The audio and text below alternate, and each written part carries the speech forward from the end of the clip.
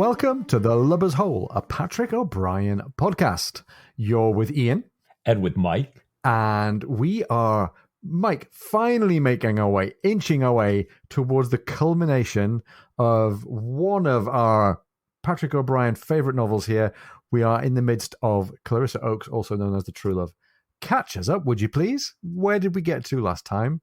Where might we be headed this week? Oh, delighted to do so, Ian. We're into chapter 9 here, and O'Brien has had such a cadence of 10 chapters, 10 chapters. You know, this is only 9, but it's a big one. It's a big one. So, last week in chapter 8, an angry Jack worked the crew relentlessly to overcome their divisions. Stephen understood Clarissa a bit better and tried to help her understand men's jealousy and need for exclusivity. Jack became much more impressed with Mr. Oakes, and after an excellent great gun practice, Jack told the crew his plan to sail into Pabe, that northern part of Moahu, disguised as a whaler, and board the Franklin in the smoke. We also had a great time talking with Josh Corey last week. Yeah. Now, this time, Jack and the Surprises sail into Moahu, hoping to secure Queen Puolani's allegiance and defend her against the Norse attack. They hunt for the Franklin. They find another ship.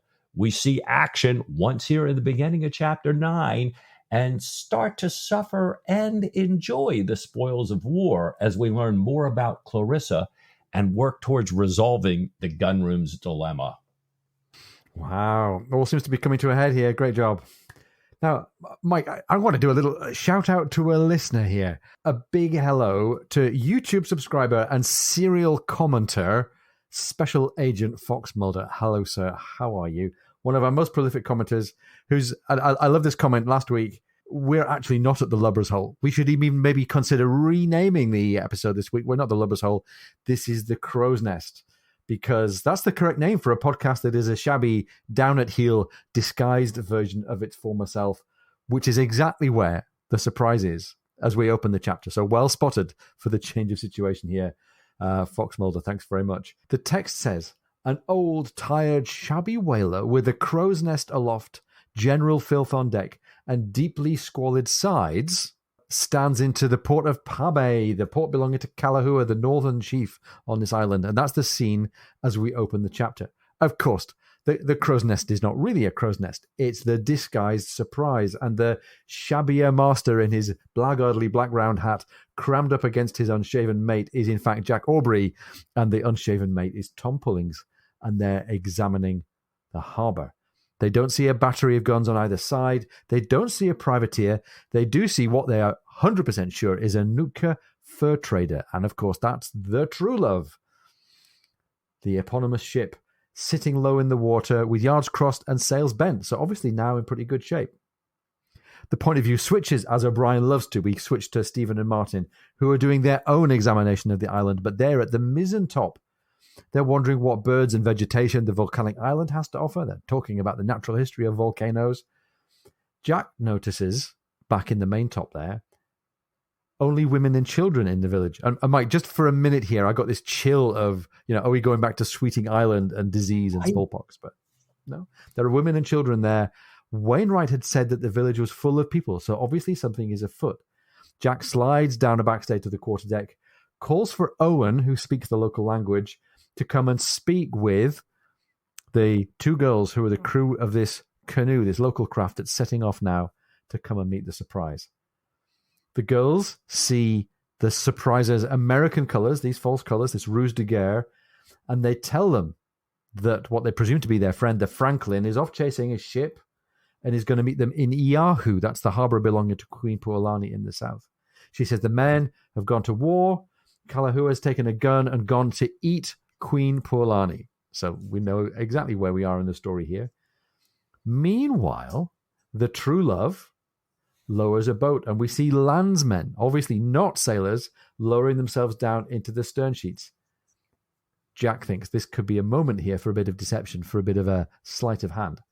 He tells West then to have all the boats ready to launch at a moment's notice, and shouts down through the hatch to tell Davidge to have his men in that flying column ready to stand by.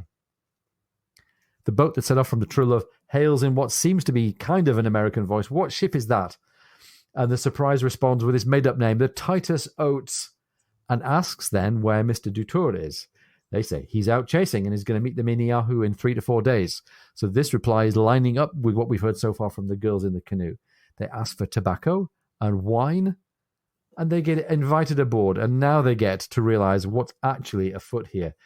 Jack sails the surprise in between the boat and the shore, tells the quartermaster at the very last minute as the boat hooks on to hoist their British colours, knowing that the colours are going to stream toward the shore. They won't really be visible, so he's meeting the needs of form and decency, but he's managing to maintain this deceit about the surprise's real identity until it's really too late for the mercenaries who are coming aboard.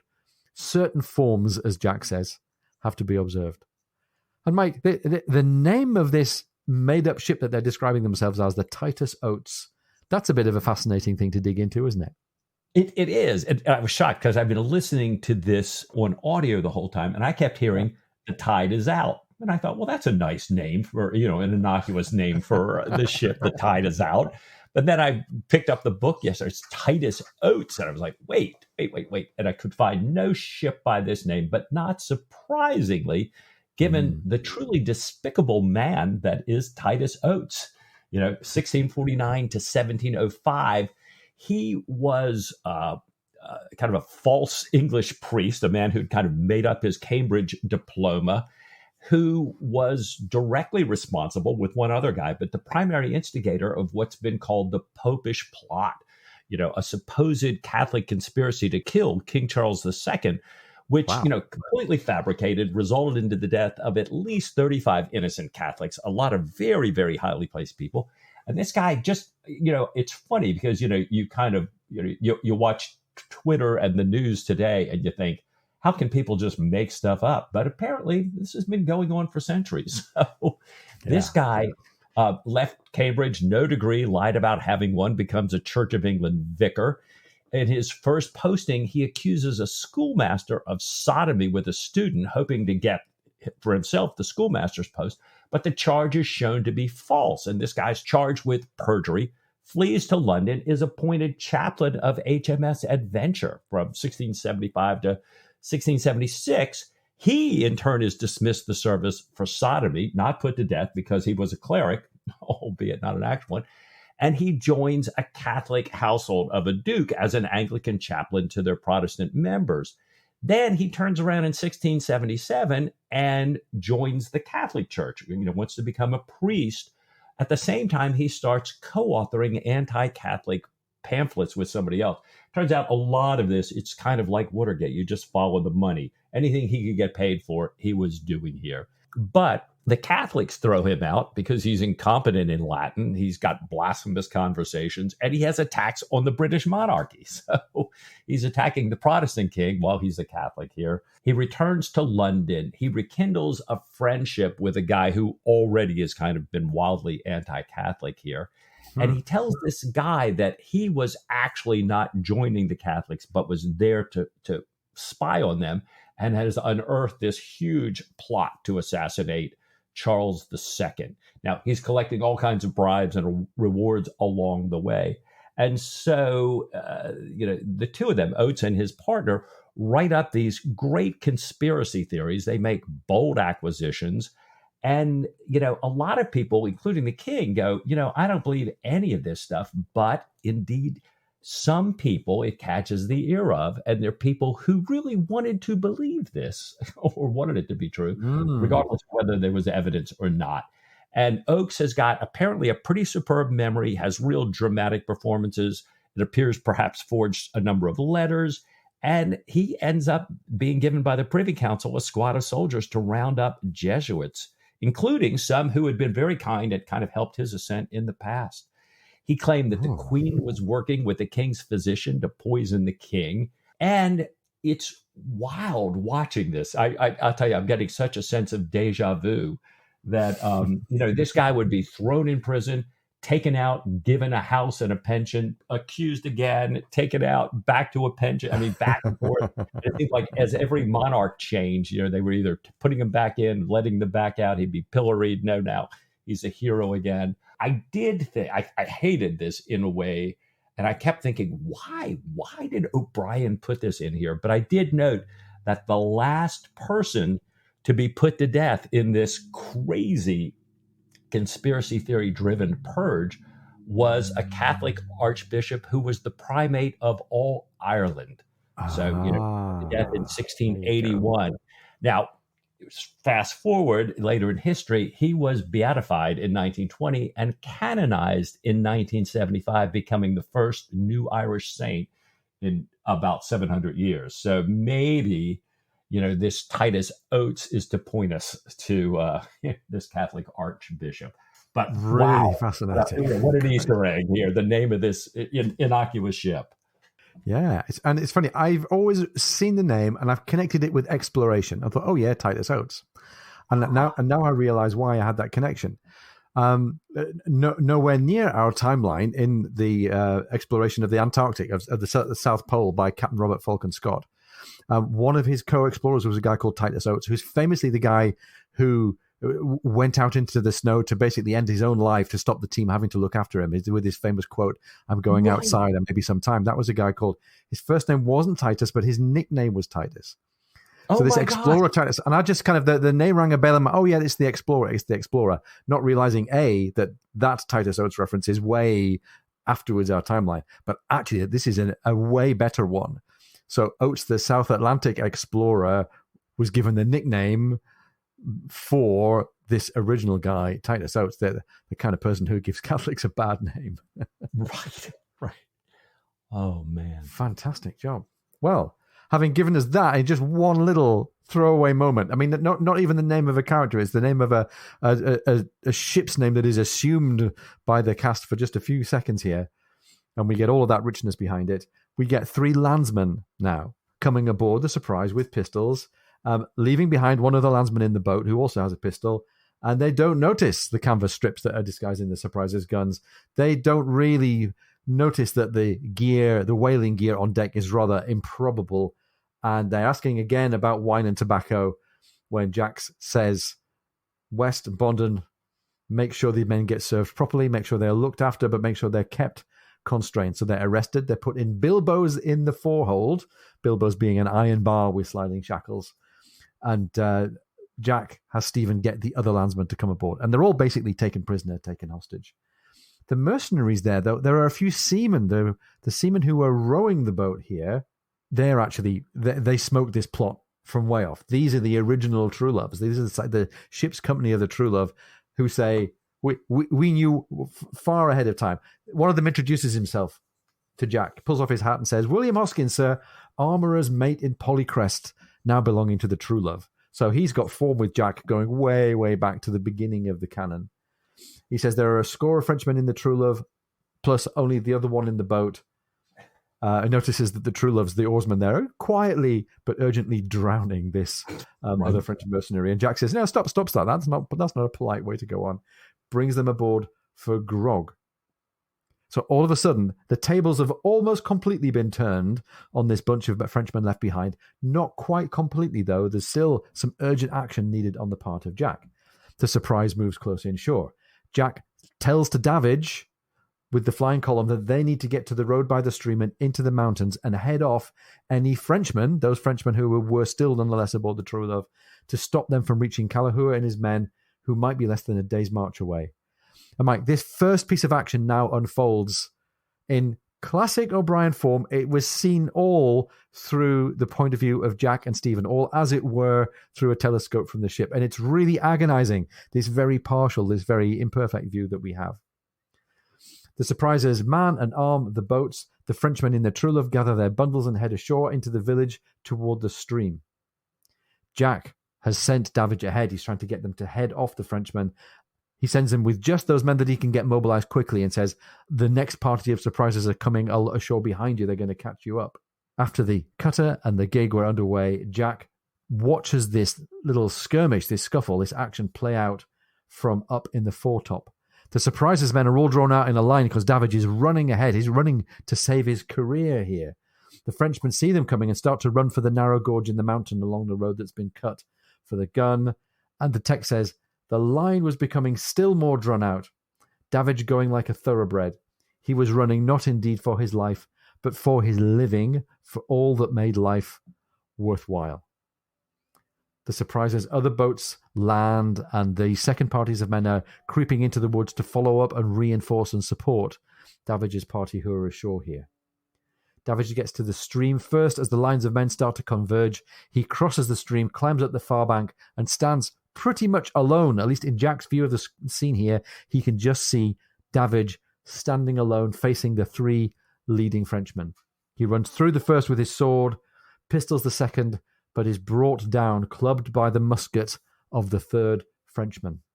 The two lines come together, and dust covers the hand-to-hand fighting. And again, we're with Jack, many hundreds of meters away at anchor, and we can't see what's going on here. We hear musket shots ring out. The surprises reinforcements have clearly arrived, and they're starting to pick off the Frenchmen from behind. As the dust settles, it's clear that Davidge's party have won this bout. But Mike, we're still not sure of the real outcome here. No.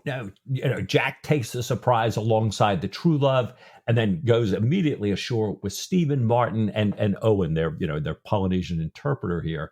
And Jack is more exhausted. It tells us that if he'd taken part of the battle himself, we remember this all the way back from the Commodore, how hard it is for Jack to be sending other people, and he wants to be right there. And they're met by a small group carrying Davidge's dead body here. The men report one other dead and several too hurt to move, but they also report that there are no French survivors. So, they want to know, did anybody get through to warn Kalahua? No, nobody got through at all. Yeah. This is an echo we'll hear in this chapter. Last chapter, it was the devil all the time. This one is when war isn't joined here, it's pretty final. Yeah. Well, they find out that there were a number of Trueloves who had hidden in a taboo place that Tapia, this is a Sandwich Island chief's son who speaks English, and he had been on the island when the Trueloves had gotten attacked by the French. He had ushered a number of them into this taboo place and kind of kept communications through his girlfriend on the island. Jack is delighted because Tapia speaks English. He knows the waters around there, and so he's going to be able to pilot them through the reefs at night. And Stephen's saying, well, tomorrow is another day. What are we leaving at night for anyways? And Jack tells him that he's now learned, having talked to Tapia and others there on shore, that, that Kalua means to attack on Friday, whether he's kind of rolling this great gun over the mountains, and whether he can get the gun there or not, his gods tell him that Friday is the day that he cannot be defeated. So Jack says, if the Surprise and the Truelove can't get out on this ebb with the current wind, they actually may not be able to go until the next moon. So it's all for naught. And Jack's plan is to get out now, get to Oahu by Wednesday, tell Puolani she's about to be attacked, and defend her if she promises to love King George. He wants to be sure they get there in time so he has a full day to prepare the defenses. And he's also learned that Detour now has a Yankee sailing master for the Franklin. So, before they weren't as worried about the Franklin because Detour was not a sailor. But now this guy, this Yankee sailing master, drives the ship. It's a real flyer. And Jack concedes to Stephen that her 22 9-pounders, that is a full 99-pound broadside, are really no match for the Surprise's 168 pounds, not counting the carronades. But as Stephen will recall, a fight can always turn on one lucky shot. So his idea is he would much rather get there, deal with Kalahua and the men coming over the mountains first before facing the Franklin and perhaps the prize that she's out chasing, if she is bringing that back. Yeah. And Mike, it's really striking, not with a great roll of drums, not with any great drama, but all of a sudden we've clicked back into Patrick O'Brien naval action mode. I'm really surprised that nobody has said up to this point there's not a moment to lose, because there really is not a moment to lose. Right. The ebbing has turned to a stream, a gurgling stream around the stern of the boat. The Surprise and the Truelove move away through the Narrows, and they come around successfully on the first leg. The Trueloves are cheering the maneuver that Pullings and the crew pull off here. The Surprise, as it says, would have joined in the ship's cheer had Davidge's body not been lying on deck, sewn up in his hammock with cannonballs at his feet. Both ships clear the harbour, and it's time to say farewell to Davidge in the proper way. Out in the steady wind, Martin says what the text describes as the properly, deeply moving words, and Davidge's men fire 3 volleys as a salute as his body slides over the side. And as we say goodbye to Davidge, I mean, obviously there's the tragedy of him having striven to regenerate his career and overcome this feud that he was having with West, and it ended up in his death. But there's an unfinished part of the story here. A little bit like we were talking about with Josh, we never really get details about who Clarissa slept with, but the circumstances suggest, Mike, that Davidge was pretty deeply in the middle of this whole intrigue involving Clarissa. And we can't help wondering about Davidge's fate here.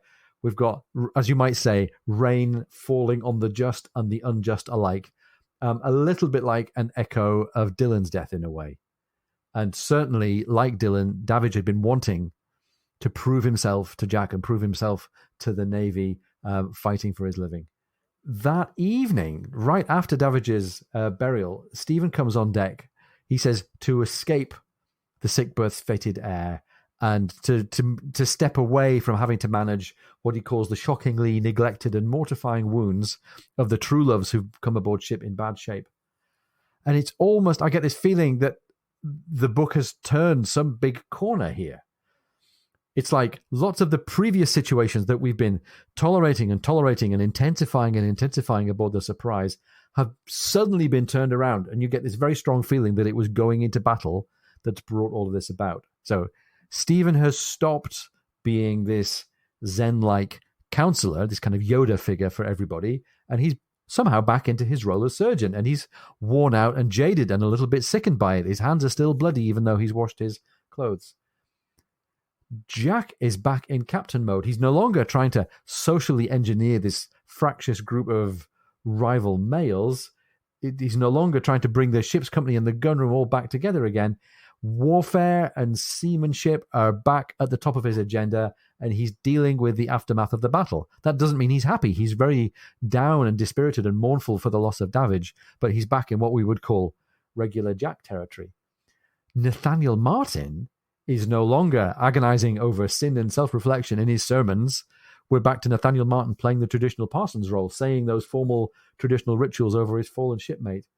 And the ship's crew, we noticed, they bungled the last departure, but this much more complex unmooring and departure maneuver with all of the warps and the mooring and the setting of sail, much more complex, much more risky, much more pressure because they need to depart quickly.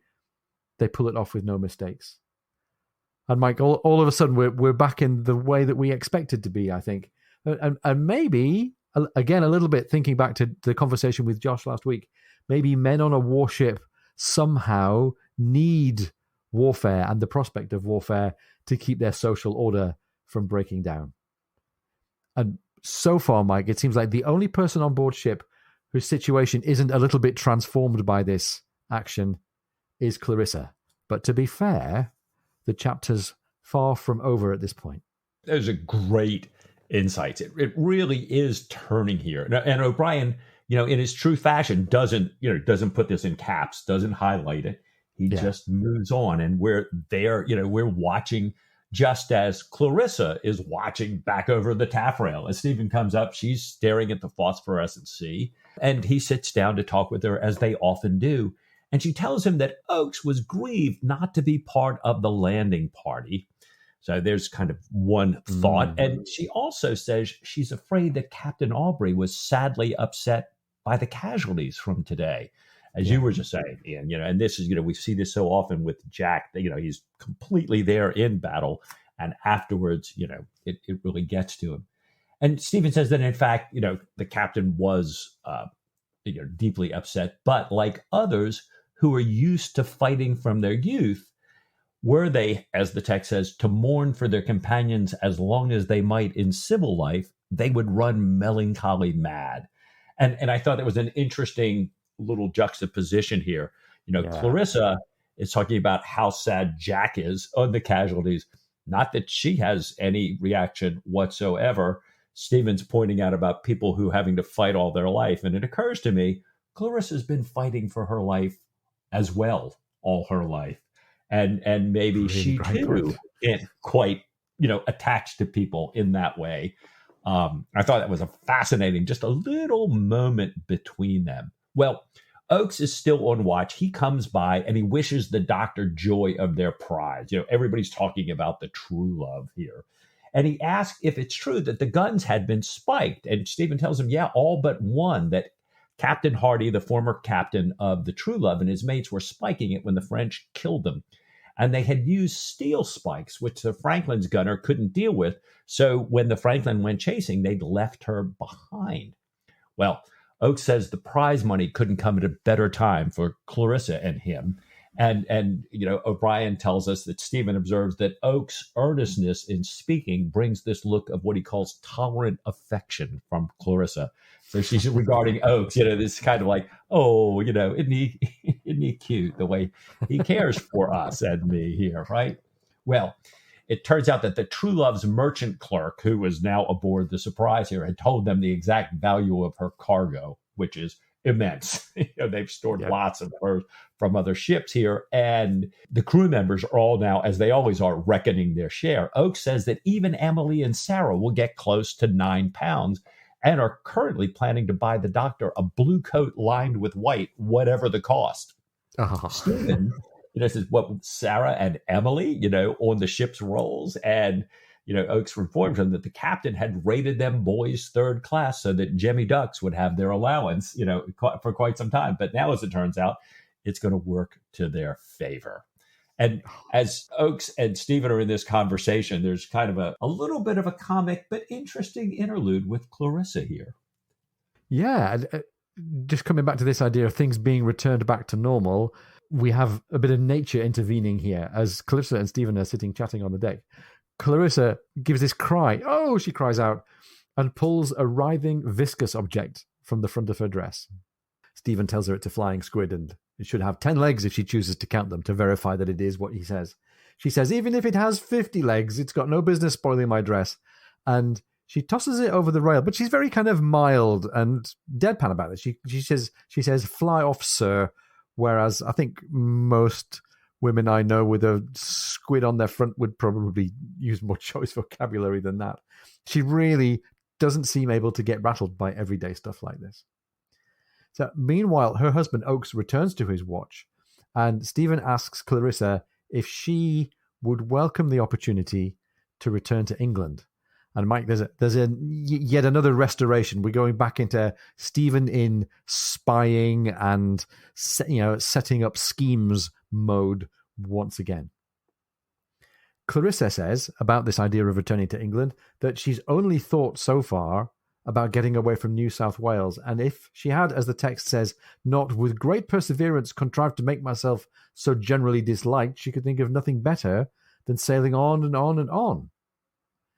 And of course, that's a joke. She realizes that it's not about her persevering to contrive to make herself disliked. She's realizing that she's become disliked. And there's a nice little moment of self-awareness from her. She's learned something about the effect of her behavior on people in the everyday world rather than in the strange world of abuse and prostitution that she's been in. Right. And she's realizing as well that even despite her good intentions, her actions are not getting her better liked. In fact, it's quite the opposite. So Stephen asks Clarissa then if she would rejoice at seeing England again if the captain happened to send the Truelove off under Oakes's command. She realizes that if she gets recognized in England, she'd be sent back to New South Wales, which is something that she couldn't bear. And Stephen reassures her that he believes as a married woman staying away from St. James's Street and Mother Abbott's, she has less chance of being recognized than being struck by lightning. And he adds that he has connections who are, to use his metaphor here, lightning conductors themselves. Stephen tells her that he's speaking to her as a discreet, honourable friend who understands the value of silence, and he can give her letter to take to a friend of his, which I'm pretty sure he's referring to Joseph Blaine here, who can protect Clarissa if she's taken up. So, Mike, the transformation is just about complete here. It turns out there's transformation in the offing for Oakes and for Clarissa here. Yeah, I'm absolutely loving this, and sure enough, we kind of see that transformation continue. Clarissa's thinking through this. She says that she'd rather be in England, but that a midshipman has no half pay. If he's on shore, he's not making any money, and that she certainly can't go back to work at Mother Abbott's now. And Stephen says, well, Captain Aubrey and my friend have great influence at the Admiralty. And if they can't get Oakes passed for lieutenant and get him a ship, she can set up house with Mr. Oakes for the time being. If Mr. Oakes, however, does go to sea, he'll give Clarissa a letter to his wife, and she can stay with Diana while Oakes is at sea. And then Stephen starts talking a bit randomly, the text says, about his wife's big house and all her Arabians. But clearly, a troubled Clarissa doesn't appear to be listening. And then she stops Stephen and she says, well, but what would happen if she had done something wrong while at Botany Bay? Say, like a capital crime, like throwing a baby down a well. Ooh. And I'm with you, and I'm just like, what? and she's asking, would they send word back to England? Would she have to go back to Botany Bay for a trial? And Stephen assures her that if she is discreet in England, the protection that he's offering will, in his words, the text says, cover her from a multitude of sins, many or even most of them capital. So he's kind of saying, this is a real get out of jail free card, and which also sounded a little bit like Titus Oates earlier here, in a different way. He tells her to speak to no one about this now and to let him know in the morning. So, as we just noted there, we have yet another massive reveal in Clarissa's character. And I have to say that, like you, Ian, I was thinking this thing is really, coming along, and her and Oakes and all of that. But now I'm sitting here thinking, okay, Stephen, you just said, I'm going to give you a letter to my wife to send you home to live with my wife and my newborn baby daughter. You threw a baby down a well, did you? I don't know. Stevens doesn't sound like he's having a pause here, but I'm having a great one. Right. And even if she didn't, she's willing to speak lightly about it as something that might have happened, which is just as bad in a way. And there's this really delicious kind of ambiguity. Is she as bad as she mentions in conversation? Or is it something else? It's really, really clever writing to keep us guessing about the character of Clarissa Oakes. Anyhow, in the morning, as they come up on Oahu, a boat comes over from the Truelove. Pullings, who is in command as its prize captain right now, tells Jack that Mr. Smith the gunner wishes to report that the armourer has unspiked the Truelove's guns. And we had this little explanation earlier on in a dialogue with Clarissa about what spiking was, and it's clearly this is quite a feat for an armourer to do this successfully with a whole bunch of guns this quickly. Jack sends deserved congratulations to Armourer Rogers on what he calls this illustrious deed, and at breakfast goes on to tell Stephen that the gunroom's problems might be solved if Jack were to send Oakes in with the prize, but he doesn't want to order what he calls that good, modest woman, Clarissa, to go back to England if she doesn't choose to. And this is great. Nice bit of plot setup here. It turns out that the machinations that Stephen's already been discussing with Clarissa turn out to be amenable to something that Jack might do anyway. And you kind of wonder which is cause and effect. Whose other ears is Stephen dropping these ideas into? And he's dropping right back here, I think, into his kind of intelligence officer mode, where he can set up these situations to his advantage. Jack asks Stephen to find out if Clarissa does indeed want to go back with Oakes before they go ashore after dinner. He wants Queen Puolani to have time to learn from the canoes what the surprise is doing there. I love this little mention that Jack gives to how disagreeable it might be if Queen Puolani gets caught out here. She will not be caught unprepared. It is a dreadful thing, he says, to have a whole carriage full of people draw up at your door and leap out grinning, the house all a-hoo, carpets taken up, a great washing going on, the children bawling, yourself confined to the head having taken physic, and your wife gone to Pompey in hopes of a new cook. By the way, Pompey being the naval name for Portsmouth, I'm very, very sure that Jack is talking about maybe a fictitious, but perhaps even a real situation that he's encountered in his life in the past. Well, I think on that note, rather than getting anybody caught out unprepared, we should all take a little break here. Yeah, I'm heading off to Pompey in hopes of a new cook, and I hope I'll be back in time for the return after the break here.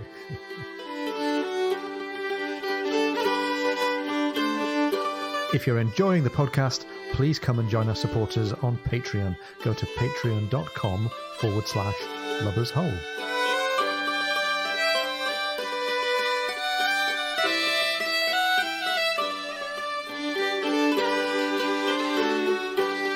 Welcome back from break. I hope nobody's taken any physic, because we'd like you with us here undeterred for the next little bit as we continue on in chapter 9. Well, the surprise as they're waiting for the queen to kind of learn all the news from the canoes is busy as well. She's getting her carronades ready to come ashore. They're blackening their muskets so that they're not seen as they, go through the woods.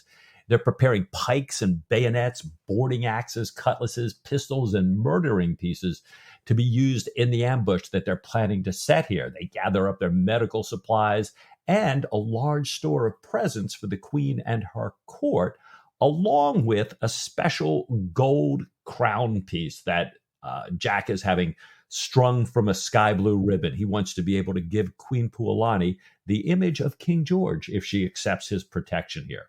So everyone is also dressing up in complete, fancy dress party outfits because they want to show off their rank, because this is the accepted Polynesian reception custom here. So we're all, getting everything ready, getting ready to go ashore.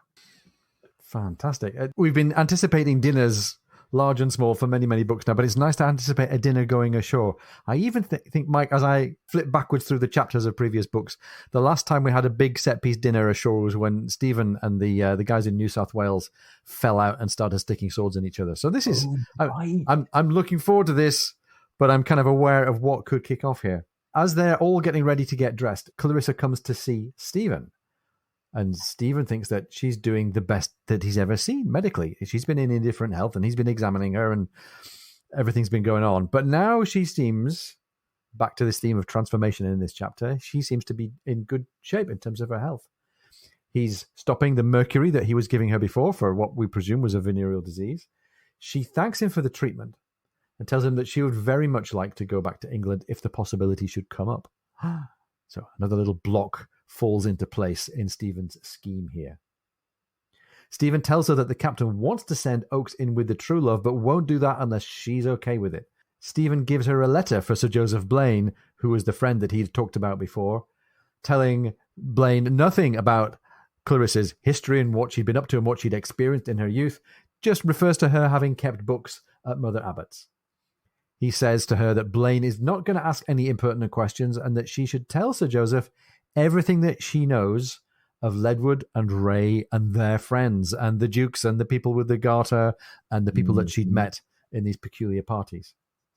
He also sends along with her a gift of beetles for her to give to Sir Joseph. Nothing could better guarantee your good faith, he says, than a beetle. He's very, very pleased that she doesn't mind carrying the beetles with her. And he also gives her letters to his bankers in Batavia and London to assure her and Oakes a comfortable trip home on an East Indiaman and to tide them over until their prize money comes in. She's about to give her reply to this. She says, this is very, very... and then Stephen cuts her off.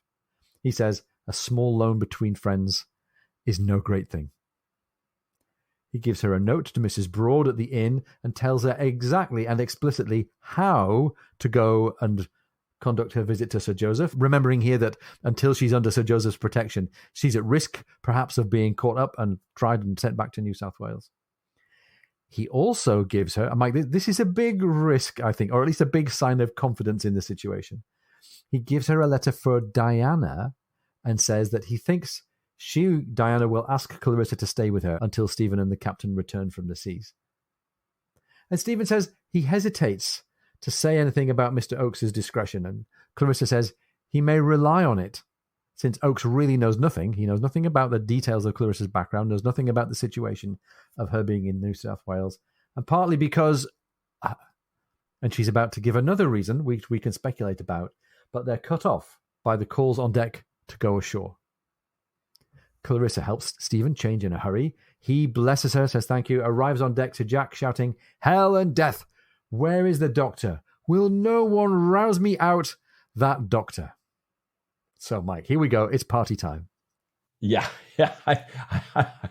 I can just imagine Stephen walking up, hearing Jack bellowing this out there. Yeah. Well, the scene changes and they're receiving this very stately, formal welcome ashore. And Tapia is translating for them as they bring their trunkload of gifts in. They look around the room. And Jack notices that the queen wears a complete kind of shoulders to floor, splendid feather cloak, but that every other person in the room, male or female, young or old, is bare to the waist. And Tapia instructs Jack how to lay down a breadfruit tree branch to show that he comes in peace, on top of the branches that the islanders have laid down, offering their peace. And then when Tapia introduces Queen Puolani, Tapia takes off his shirt and bows. So I don't know. Jack's doing well. I would be sitting here starting to think, maybe I'm supposed to get my shirt off here. But she walks over and shakes Jack's hand in the European manner. So this is a pretty impressive queen here. There are introductions, a meal. Jack's unfortunately just had dinner, so he's sipping a lot of kava and watching as he supervises the handing out of presents. And Jack notices that the queen is asking a number of questions, but then sees that they're really just a matter of form. He realizes that she really already knows the answers, but is asking out of politeness. So I think we can kind of see that Jack's esteem for this queen growing and growing, that this is not just some islander. This is, and fascinatingly, we're kind of seeing Queen Puolani, we've seen Clarissa, we've talked about Diana. Here we are, another very strong woman here. And after the meal, she sends everyone out of the room except her two highest counselors, and Jack keeps only Stephen and Tapia with him. So she's a savvy political operator. She knows how to set herself up for political head-to-head discussions here. Jack explains to her the impending arrival of Kalahua coming to attack along with the Americans. She says she knows already. They've been scouting out their party. She says they're likely to arrive early the day after tomorrow. He's not to worry about the gun. Jack, has many bigger and better guns and muskets. His country is at war with the Americans, he explains to her, and he will guard the Queen if she accepts the protection of King George and promises to be a faithful and loving ally. And as this is getting translated here, the Polynesians all brighten at the idea of this alliance. She welcomes the king's protection. She says she'll be faithful to King George as she was to her own husband. And Tapia translates her answer, but says the last part rather flatly, and her counselors look down as she does so. And maybe they're a bit nervous about her equating faithfulness to her late husband with faithfulness to King George. I don't think, Mike, we've discovered quite what the circumstances were of her late husband departing, but that might come back to we'll us. Stick a pin in that, right? I think we'll come back to that, right? Jack looks at her with admiration, says they must prepare, and this is Jack Aubrey talking about imminent action. He says, there's not a moment to lose. So, Mike, there was all this uncertainty about whether Queen Puolani would accept King George's protection, whether Jack would need any help, would there need to be any schemes or stratagems, but it's all gone just fine. They've sat down at the meal, they've drunk kava together, and Queen Puolani, it turns out, is on side. Now, preparations begin. They anchor the ships so that the ships can't be seen from the hills by Kalahua as he's and his army arrive. They unload the carronades in the darkness to be on the safe side. Jack says he's examined the potential battlefields along with the Queen soldiers, and in the great cabin of the surprise later on, Jack goes on to explain to Stephen that he's sorry that Stephen's had to tend patients all day and didn't get to see the birds. You would, he says, have rejoiced in the birds. There was one with a beak. And Stephen joins the deadpan banter here. He says, a bird with a beak. That alone, he says, would have been worth the voyage. And Jack gives this description of the bird. Mike, I think we're meant, if we've got a little bit of penetration into the world of birds, we're meant to pick up that this sounds a bit like a great hornbill. And he goes on and describes the three potential battlefields. We don't get to dwell on the details of the great hornbill, but we do get to dwell on the details of the battlefields here. Yeah, we've had Jack learns that typically attacks from the north are repelled by the Queen sending her great war canoes north, via the sea, and that the attackers who've come down have to run back to defend their homes and families. And this also coincides with them building these dry stone walls and kind of trying to cut the northerners off from getting to them. Well, this time, Kalahua is counting on the Franklin coming in so he doesn't have to worry about the war canoes heading up north. And Jack, having looked at the three battles, says that this natural cleft where this drywall is typically assembled to protect the South is what he thinks is the right place for him to make his defense here. It's a deep cleft with remarkably steep sides. And he's thinking that since Kalahua knows that the Franklin will be there, Kalahua is likely to send his entire force into the cleft, planning to destroy the wall, which is usually assembled there with his cannon, and that this 200-yard long, 20-yard wide cleft will hold Kalahua's entire force.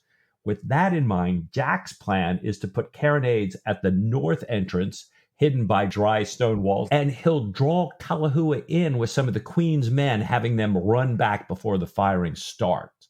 And he won't fire the northern guns until everybody moves into the cleft. And the rear is going to be pressing up against the van, and the guns at the southern end will start. So that, he's thinking, I'm going to have guns at both sides. I'm going to let them all get into this big canyon. I'm going to fire the northern guns, which will push everybody up, and then the southern guns, which will cut them to pieces in the front. And Stephen, listening to this, I think is a bit put off, and he asks, will there be nowhere and no way for them to retreat? And Jack assures him, nope, no line of retreat. Stephen says he thought it was a military maxim to always leave the enemy a line of retreat. And Jack says the Navy is required to take, sink, burn, or destroy. But the people who started this are merely getting what they ask for. They are getting destroyed. Besides, he says, they can always call for quarter. And I think, we had this earlier, no Frenchman, survive this in Pabay.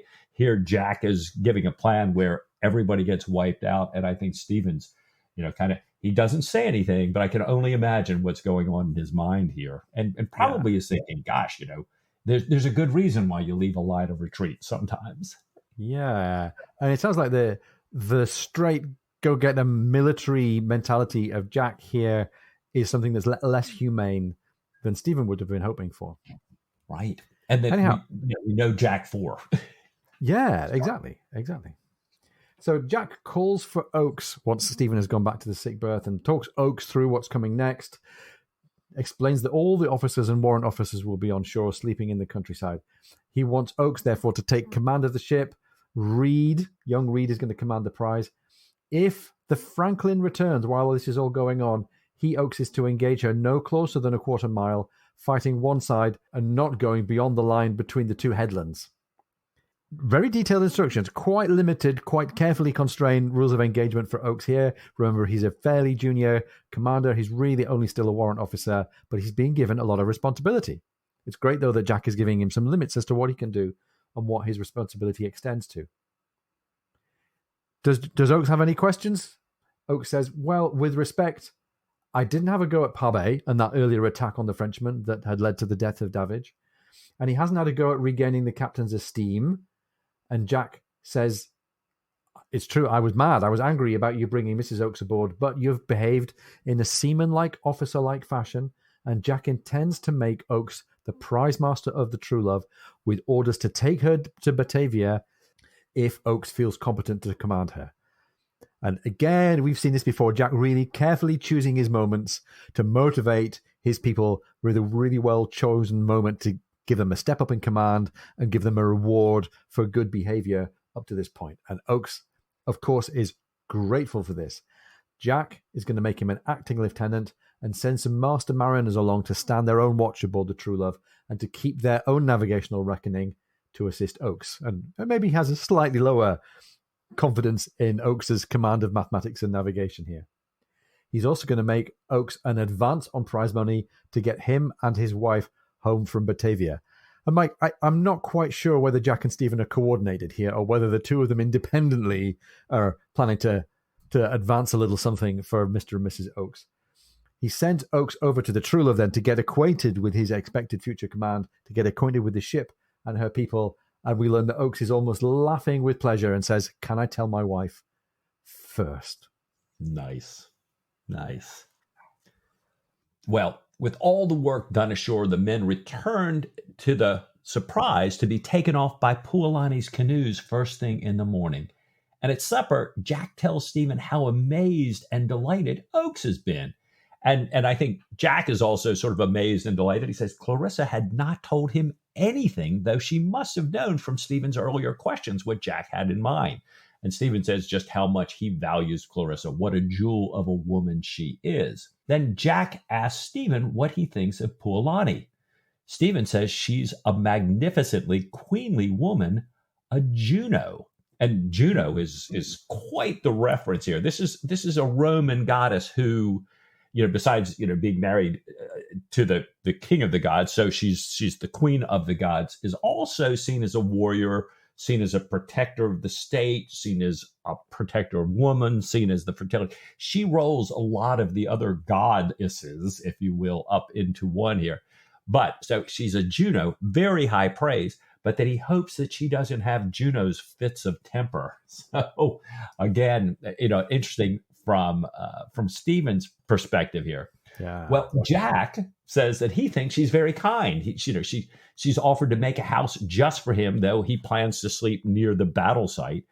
And Jack goes on to say how pleased he is with her war chiefs and their men, that they're professional, they're disciplined, they're not jealous of the Navy. We know Jack's usual military interactions, like the ones he had in New South Wales here. And, perhaps most importantly in Jack's mind, they're open to suggestions. So, Mike, it seems like this chapter is heading towards everything being okay. But given all of the tension and all of the darkness and all of the drama that's come in the previous chapters, we're just inching towards this moment. And I'm still thinking, wait, hold on. Clarissa and Lieutenant Oakes, something's going to go wrong there. The battle, something's going to go wrong there. Stephen and Jack and their scheming, something could yet go wrong. The remaining members of the crew, remember, this is a crew that less than a chapter ago were all divided against and amongst each other. We've still got Oakes and West, and we've got Martin, and we've got the purser and the butcher, and all these people who've been falling out so far. We seem to be rolling towards a happy conclusion, but how's it actually going to play out? Jack is telling Stephen that they're going to make a dressing station for him a half hour back from the front. And Stephen asks, why as far as that? He's clearly aware that there's a humane aspect to this, that they're going to be wounded, and having a dressing station far back means that it's going to cost suffering and maybe even lives amongst the wounded. Jack says the local custom here is no prisoners, and he doesn't want the battle interrupted on humane grounds, which seems like a bit of a cruel fling at Stephen, really. And Stephen picks up on this and says, have I ever really interrupted the battle? Have I ever been a drag on your military efficiency with my pesky humane considerations here? And Jack says no, but he believes Stephen has a tender heart and will be better in his proper station, like the cockpit in a ship of the line. And maybe there's an aspect of this in which Jack is also perhaps ascribing a tender heart to himself.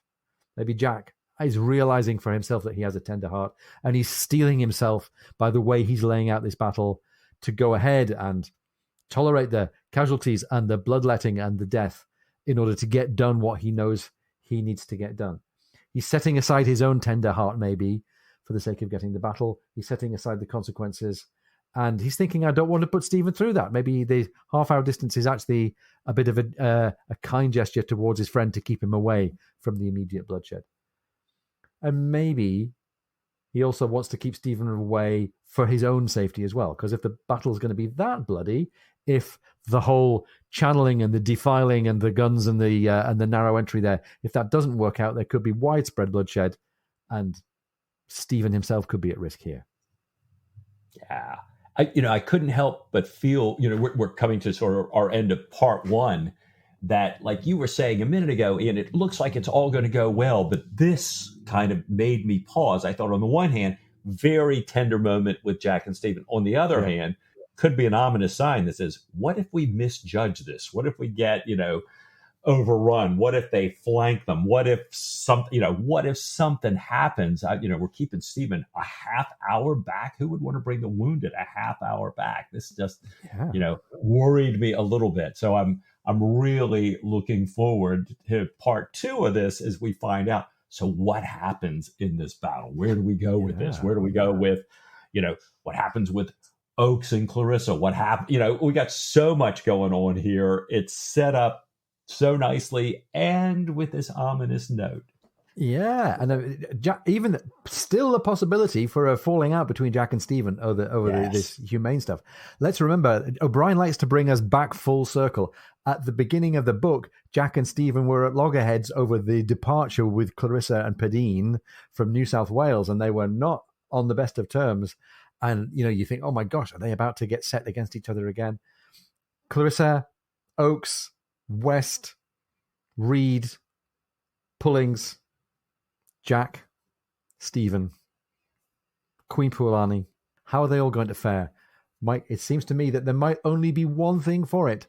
With just a little bit of Chapter 9 still to go, and we think a great closing interview to wrap up the whole novel here, I can't wait for next week.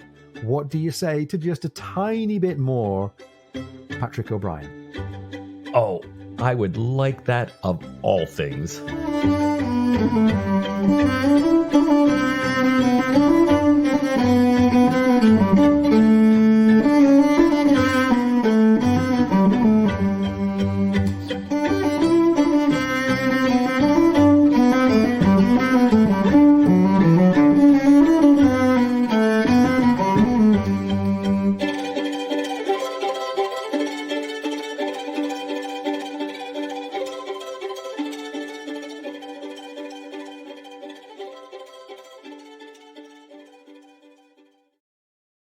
She's pretty smart. She realizes straight away that if she gets recognized in women, she realizes that if she gets recognized in England,